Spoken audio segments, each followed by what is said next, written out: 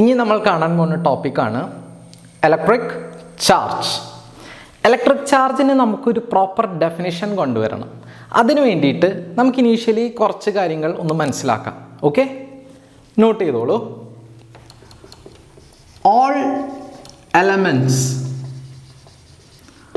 R made up of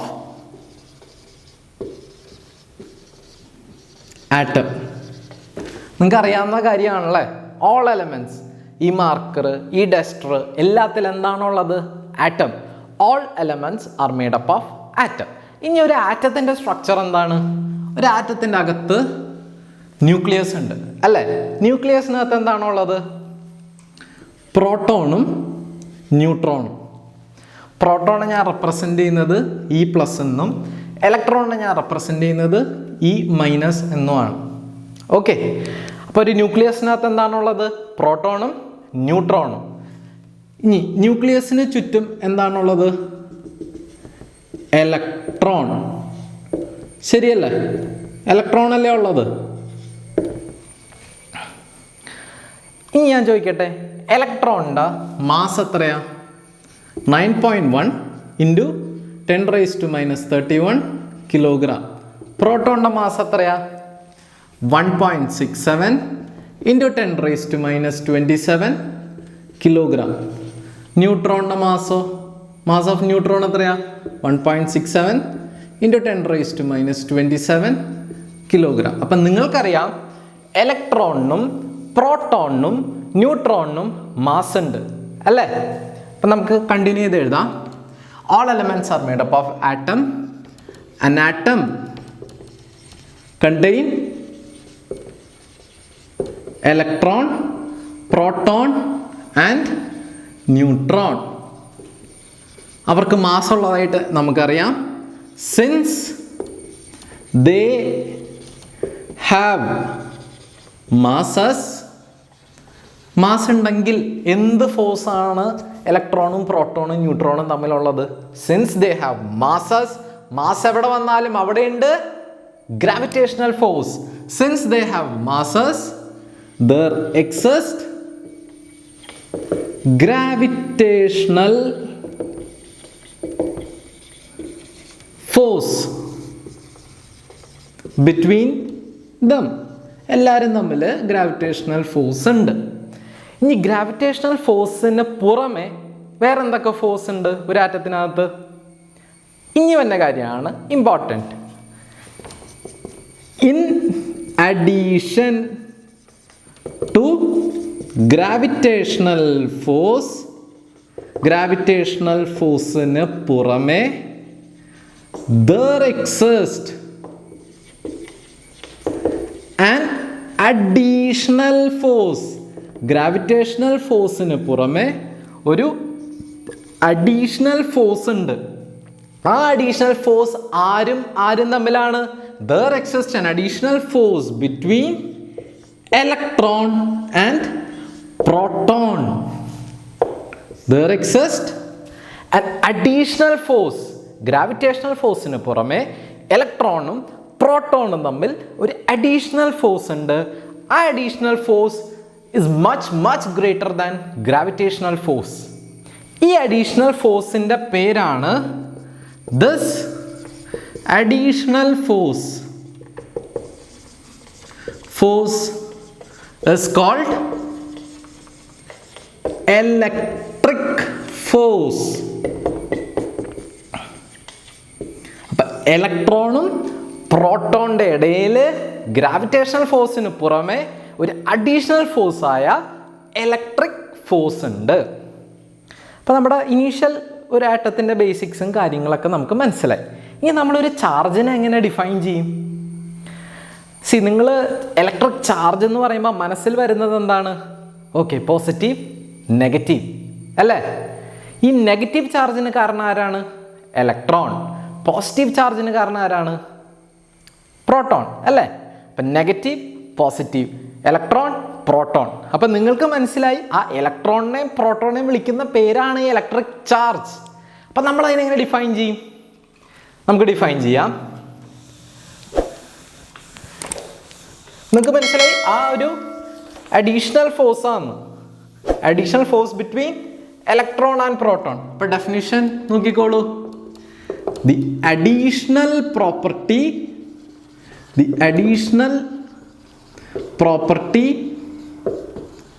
of electron and proton which gives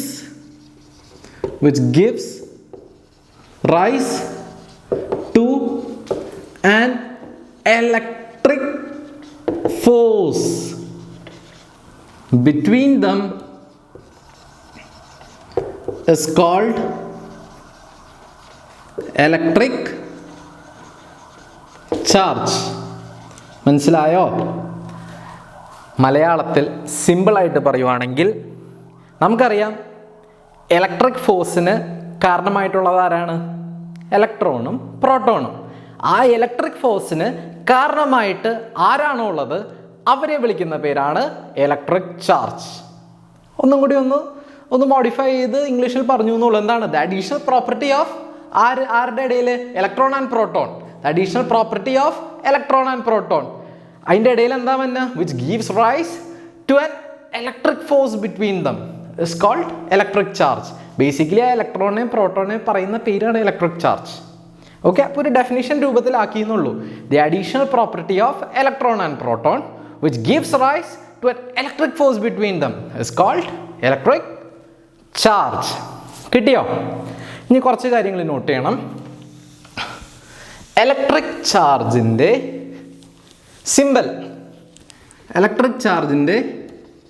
symbol എന്താണ്?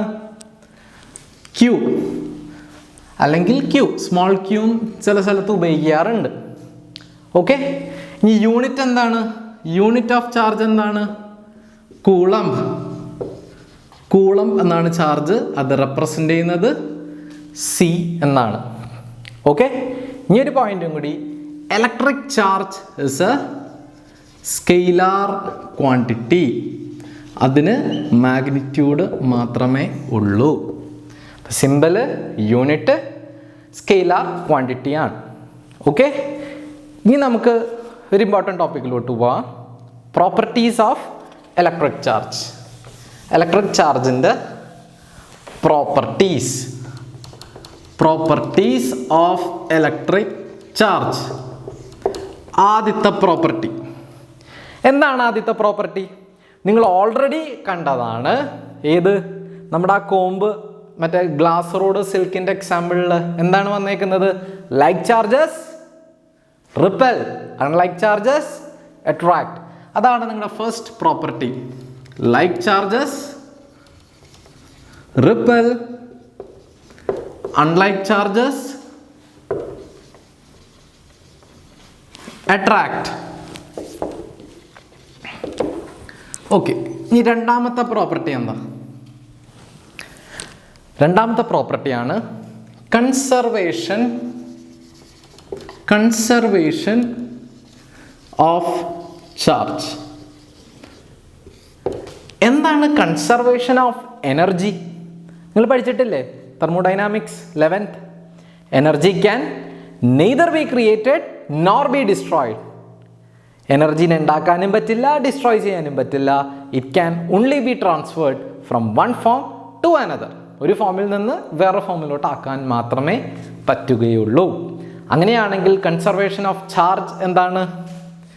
Charge can neither be created nor be destroyed.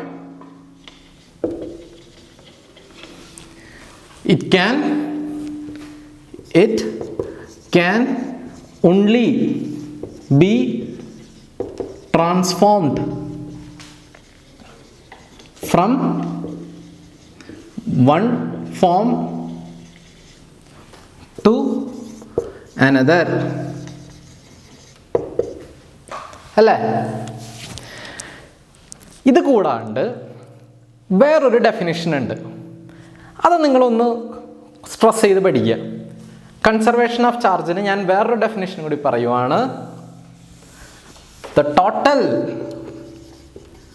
Charge of an isolated system is a constant. The total charge of an isolated system is a constant. എന്താണ് ഇതിൻ്റെ അർത്ഥം? നോക്കിക്കോളൂ, എൻ്റെ കയ്യിൽ ഒരു system ഉണ്ട്. Okay, ഈ സിസ്റ്റത്തിനകത്ത് കുറച്ച് ചാർജസ് ഉണ്ടെന്ന് വിചാരിക്കുക. 1 കുളുംബ്, -3 കുളുംബ്, 2 കുളുംബ്. ഓക്കെ, ഞാൻ ഈ ഒരു സിസ്റ്റത്തിന് ഇപ്പോൾ ഈ ഡസ്റ്ററിനകത്തുള്ള ചാർജാന്ന് വിചാരിക്കും. ഈ ഡസ്റ്റർ എടുത്ത് ഞാനൊന്ന് കുലുക്കി, നല്ലോണം ഒന്ന് കുലുക്കിയപ്പോൾ നമുക്കറിയാം ചാർജിന് ക്യാൻ നെയ്തർ ബി ക്രിയേറ്റഡ്, ഉണ്ടാക്കാനും പറ്റില്ല, നോർ ബി ഡിസ്ട്രോയിഡ്, നശിപ്പിക്കാനും പറ്റില്ല. അപ്പം ഇങ്ങനെ കുലുക്കിയതിന് ശേഷം ഇതിനകത്ത് വന്ന ചാർജ് -2 കുളുംബ് +1 കുളുംബ്, പിന്നെ ഏതോ ഒരു ചാർജ് ഇവിടെ വന്നിട്ടുണ്ട്. ഈ ചാർജ് നിങ്ങൾക്ക് കണ്ടുപിടിക്കാൻ പറ്റും. നമുക്കറിയാം എന്താണ് ഇവിടുത്തെ ടോട്ടൽ ചാർജ് എത്രയാ, ഇവിടുത്തെ ടോട്ടൽ ചാർജ് എത്രയാ? ടോട്ടൽ ചാർജ് എന്ന് പറഞ്ഞാൽ 1 -3 +2, അപ്പോൾ എത്ര വരും? 0 അല്ലേ? 1 -3 -2 -2 +2 0. അപ്പം നമുക്കറിയാം ഇത് മൊത്തത്തിൽ കൂട്ടിക്കഴിഞ്ഞാൽ എന്ത് വരണം? 0 വരണം. അങ്ങനെയാണെങ്കിൽ -2 +1 ഇതാണ് നമുക്ക് കണ്ടുപിടിക്കാനുള്ള x ആണെന്ന് വിചാരിക്കുക. അങ്ങനെയാണെങ്കിൽ എക്സിൻ്റെ വാല്യൂ എത്രയാ? ഇത് -1, അപ്പുറത്ത് പോകുമ്പോൾ 1 കുളുംബ്. അപ്പോൾ ഇതിൻ്റെ വാല്യൂ +1 കുളുംബ്. മനസ്സിലായോ? അപ്പം നമുക്കറിയാം the total charge is always A constant. അതുകൊണ്ട് നമുക്ക് ഇവിടെ നിന്ന് അത് കുലിക്കിയതിന് ശേഷം നമുക്ക് ഉണ്ടാവുന്ന ചാർജ് നമുക്ക് ഈസി ആയിട്ട് കണ്ടുപിടിക്കാൻ പറ്റി. ഓക്കെ, മനസ്സിലായി? ഇങ്ങനെ അപ്പോൾ പ്രോബ്ലം ചോദിക്കുകയാണെങ്കിൽ നമുക്ക് ചെയ്യാം. അപ്പോൾ ആദ്യത്തെ പ്രോപ്പർട്ടിയാണ് like charges repel, unlike charges attract. രണ്ടാമത്തത് the total charge of an isolated system is a constant. ഇന്ന് പറയുന്നത് കൺസർവേഷൻ ഓഫ് ചാർജ്. ഒരു സിസ്റ്റത്തിലുള്ള ടോട്ടൽ ചാർജ് കോൺസ്റ്റൻ്റ് ആയിരിക്കും. ഓക്കെ, അതുകൊണ്ടിട്ടാണ് നമുക്ക് ഈസി ആയിട്ട് കണ്ടുപിടിക്കാൻ പറ്റിയത്. ഇപ്പോൾ 2 പ്രോപ്പർട്ടി ആയില്ലേ? ഇനി നമുക്ക് മൂന്നാമത്തെ പ്രോപ്പർട്ടിയിലോട്ട് പോവാം. എന്താണ് മൂന്നാമത്തെ പ്രോപ്പർട്ടി? മൂന്നാമത്തെ പ്രോപ്പർട്ടിയാണ് additive nature of charge. Additive nature of charge ഒന്നുമില്ല, സിമ്പിളാണ്. ടോട്ടൽ ചാർജ് Q എന്ന് പറഞ്ഞാൽ ക്യാപിറ്റൽ Q ഉപയോഗിക്കണമെങ്കിൽ ഉപയോഗിക്കാം. It is the sum of individual charges. Suppose Q1 Q2 Qn ഓരോരോ ചാർജുകളാണെങ്കിൽ ടോട്ടൽ ചാർജ് Q എന്ന് പറഞ്ഞാൽ it is the sum of individual charges. അതാണ് അഡിറ്റീവ് നേച്ചർ ഓഫ് ചാർജ്. ഇനി നാലാമത്തെ പ്രോപ്പർട്ടിയാണ് ക്വാണ്ടൈസേഷൻ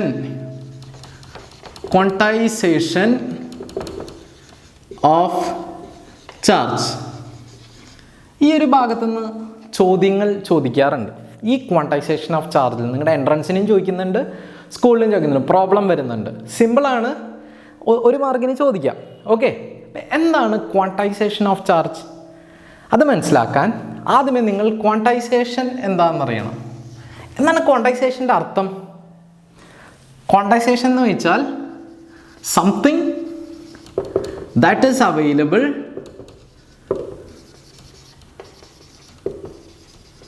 ഇൻ ഫിക്സ്ഡ് ക്വാണ്ടിറ്റി. എന്ന് വെച്ചാൽ എന്താ? ഏതൊരു ക്വാണ്ടിറ്റി എന്ന് വെച്ചാൽ ഫിക്സ്ഡ് ക്വാണ്ടിറ്റിയിൽ അവൈലബിൾ ആവുന്നു. എന്ന് വെച്ചാൽ നിങ്ങൾ കടയിൽ പോയിട്ട് സപ്പോസ് ഈ മാർക്കർ വാങ്ങുവാണ്. നിങ്ങൾ കടയിൽ പോയിട്ട് എങ്ങനെയാണ് വാങ്ങുക? ചേട്ടാ 1 മാർക്കർ, അല്ല ചേട്ടാ 2 മാർക്കർ തന്നെ, 4 മാർക്കർ, 10 മാർക്കർ അങ്ങനെ പറഞ്ഞാൽ വാങ്ങാറ്. അല്ലാണ്ട് ചേട്ടാ 1.5 മാർക്കർ തരുമോ, അല്ലെങ്കിൽ 1/2 മാർക്കർ തരുമോ? ആ ഒരു 1/2 മുക്ക അങ്ങനെയൊക്കെ ആരെങ്കിലും ഉപയോഗിക്കുന്നുണ്ടോ? ഇല്ല. So this is available in fixed quantity. അതാണ് ക്വാണ്ടൈസേഷൻ്റെ അർത്ഥം. Something which is available in fixed quantity. അങ്ങനെയാണെങ്കിൽ ക്വാണ്ടൈസേഷൻ ഓഫ് ചാർജ് എന്താണ്? ക്വാണ്ടൈസേഷൻ ഓഫ് ചാർജ് എന്ന് പറഞ്ഞാൽ എന്താണ്? അത് മനസ്സിലാക്കാൻ വേണ്ടി ഫണ്ടമെൻ്റൽ ചാർജ് എന്താണെന്ന് നിങ്ങൾ അറിയണം. ഓക്കെ, നോക്കിക്കോളൂ. The smallest charge the smallest charge that can exist independently. The smallest charge that can exist independently. Smallest charge ആയിരിക്കണം, ഇൻഡിപെൻഡൻ്റ് ആയിട്ട് എക്സിസ്റ്റ് ചെയ്യാൻ പറ്റണം. അങ്ങനത്തെ ചാർജ് എന്ന് പറഞ്ഞാൽ is the charge on one electron.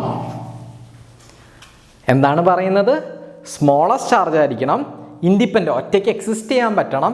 അങ്ങനത്തെ ചാർജ് എന്ന് പറഞ്ഞാൽ അത് ചാർജ് ഓൺ 1 ഇലക്ട്രോൺ ആണ്. അതിൻ്റെ വാല്യൂ എത്ര? 1 ഇലക്ട്രോണിൻ്റെ വാല്യൂ എത്ര?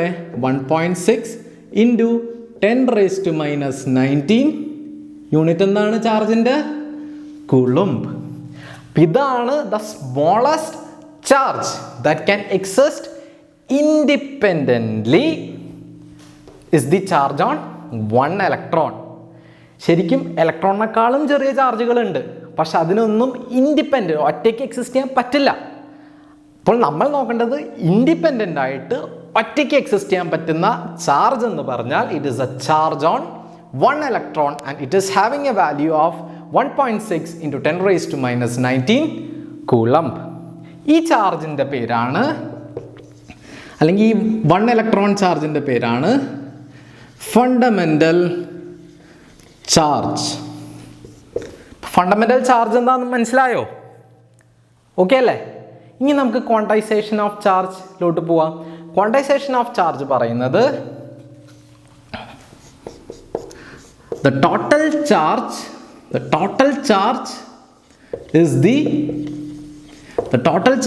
the integral multiple of fundamental charge. എന്താണ് ക്വാണ്ടൈസേഷൻ ഓഫ് ചാർജ് എന്ന് പറഞ്ഞാൽ? Total charge is the integral multiple of fundamental charge. നമുക്കറിയാം ഫണ്ടമെൻ്റൽ ചാർജ് എത്രയാ? 1 ഇലക്ട്രോൺ അല്ലേ? അതൊന്നെങ്കിൽ +1 ആകാം, അല്ലെങ്കിൽ -1 ആകാം അല്ലേ? +1 ഇലക്ട്രോൺ ആകാം, അല്ലെങ്കിൽ -1 ഇലക്ട്രോൺ ആകാം. ഏത് വേണമെങ്കിലും ആവാലോ. സ്മോളസ്റ്റ്. അടുത്തത് എന്ത് വരും എന്ന് പറഞ്ഞാൽ 2e വരും. മൈനസ് ഇവിടെ +2e. അടുത്തത് എന്ത് വരും? -3. അടുത്തത് എന്ത് വരും? +3. ശരിയല്ലേ? 1e -1e +1e -2e +2e അങ്ങനെ പോവുകയാണെങ്കിൽ അവസാനം എന്ത് വരും? -ne. ഇവിടെ എന്ത് വരും? +ne. അതായത് നമുക്ക് എഴുതാം ടോട്ടൽ ചാർജ് Q എന്ന് പറഞ്ഞാൽ +or- ne എന്ന് എഴുതാം. ഇതാണ് നമ്മുടെ ക്വാണ്ടൈസേഷൻ ഓഫ് ചാർജ് എന്ന് പറഞ്ഞാൽ. എന്താണ് ക്വാണ്ടൈസേഷൻ എന്ന് പറഞ്ഞാൽ? The total charge is the integral multiple n. അതാണ് നമ്മുടെ integral multiple. Where n can be 1, 2, 3 etc. up to n. Total charge എന്ന് പറഞ്ഞാൽ it is the integral multiple of fundamental charge. അതാണ് ക്വാണ്ടൈസേഷൻ ഓഫ് ചാർജ്. നമുക്കൊരു problem കാണാം, അപ്പം നിങ്ങൾക്ക് ഒന്നും കൂടി മനസ്സിലാവും. നോക്കിക്കോളൂ.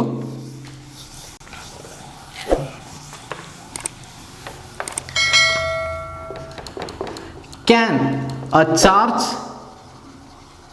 of 8 into 10⁻⁻18 coulomb be transferred? Can a charge of 8 into 10⁻⁻18 coulomb be transferred to a body? ഈ 8 into 10⁻⁻18 coulomb എന്ന് പറഞ്ഞ ചാർജ് നമുക്ക് വേറൊരു ബോഡിയിലോട്ട് ട്രാൻസ്ഫർ ചെയ്യാൻ പറ്റുമോ എന്നാണ് ചോദ്യം. പറ്റുമോ? അതെങ്ങനെയാ? നോക്കിക്കോളൂ. നമുക്കറിയാം Q is equal to Ne ആണ് ഇക്വേഷൻ അല്ലേ? ക്വാണ്ടൈസേഷൻ്റെ Q is equal to Ne. Charge of 8 into 10⁻⁻18 coulomb. അതിൻ്റെ അർത്ഥം Q എന്ന് പറഞ്ഞാൽ ചാർജ് അല്ലേ? അപ്പോൾ ചാർജിൻ്റെ വാല്യൂ എത്രയാ? 8 × 10⁻⁻18 കുളംബ്. n ആണ് കണ്ടുപിടിക്കേണ്ടത്. ഇയുടെ വാല്യൂ എത്രയാ? 1.6 × 10⁻⁻19 കുളംബ്. ഇതിൽ നിന്ന് n-ൻ്റെ വാല്യൂ കണ്ടുപിടിച്ച് n എത്ര കിട്ടും? 8 / 1.6 × 10⁻⁻18 / 10⁻⁻19. അപ്പം നമുക്ക് സോൾവ് ചെയ്യുമ്പോൾ എന്ത് കിട്ടാം? 1.6 × 5 അല്ലേ? 30, 8. അപ്പം ഇത് വെട്ടിപ്പോവും 5-ൽ അല്ലേ? ഇത് മുകളിലിട്ട് വരുമ്പോൾ -18 + 19 × 10⁻1. അപ്പം നമുക്ക് 15 കിട്ടി. n-ൻ്റെ വാല്യൂ 50 എന്ന് പറഞ്ഞാൽ അതൊരു ഇൻറ്റിജർ ആണ് അല്ലേ? അതായത് ഇൻ ഷോർട്ട് ഇത്രേ പറയുന്നുള്ളൂ, n-ൻ്റെ വാല്യൂ കിട്ടുന്ന വാല്യൂ ഇൻറ്റിജർ ആയിരിക്കണം. അല്ലാണ്ട് ഇപ്പോൾ 49.2, 49.5, 50.2 അങ്ങനെ പോയിന്റ് ഇട്ട് ഒരു ഫ്രാക്ഷനായിട്ട് വരരുത്. അങ്ങനെ അപ്പം നമുക്കിവിടെ എന്താ എഴുതാം? n = 50 ഒരു ഇൻറ്റിജർ ആണ്. So charge can be transferred to a body. അപ്പം answer yes, it can be transferred.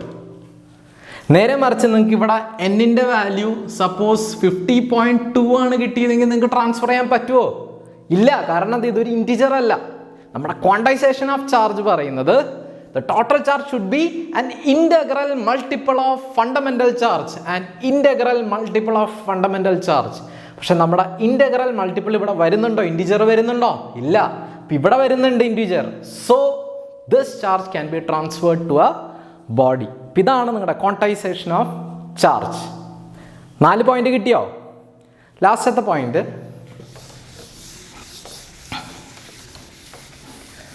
ശരിക്കും ഇതാണ് ഇതിൻ്റെ മെയിൻ പ്രോപ്പർട്ടികൾ. പക്ഷേ നിങ്ങളുടെ ടെക്സ്റ്റ് ബുക്കിൽ ഒരു പ്രോപ്പർട്ടിയും കൂടി തന്നിട്ടുണ്ട്. 5ാമത്തെ പ്രോപ്പർട്ടി പറയുന്നത് magnitude of fundamental charge. Magnitude of fundamental charge എന്ന് പറഞ്ഞാൽ മാഗ്നിറ്റ്യൂഡ് ഓഫ് ഫണ്ടമെൻ്റൽ ചാർജ് അതിൻ്റെ വാല്യൂ 1.6 × 10⁻⁻19 കൂളംബ്. അപ്പം ഇത്രയേ ഉള്ളൂ 5 പ്രോപ്പർട്ടീസ്. വേഗം ഒന്ന് പറഞ്ഞു നോക്കിയേ. Number 1, like charges repel, unlike charges attract. രണ്ടാമത്തത് കൺസർവേഷൻ ഓഫ് ചാർജ്. എന്താണ് conservation of charge? Charge can neither be created nor be destroyed. It can only be transformed from one form to another. അല്ലെങ്കിൽ ഒരു alternate definition എന്താണ്? The total charge of an isolated system is a constant. അപ്പോൾ നമ്മൾ ആ മറ്റേ problem ചെയ്ത് ഓർക്കുന്നില്ലേ? അതിനുശേഷം വരുന്നതാണ് additive nature of charge. Total charge എന്ന് പറഞ്ഞാൽ ഇൻഡിവിജ്വൽ ചാർജസിൻ്റെ algebraic sum. The total charge is the algebraic sum of individual charges. നാലാമത്തെ എന്താണ്? Quantisation of charge. ഇമ്പോർട്ടൻ്റ് ആണ്. Q is equal to ± NE. N should be an integer. Okay?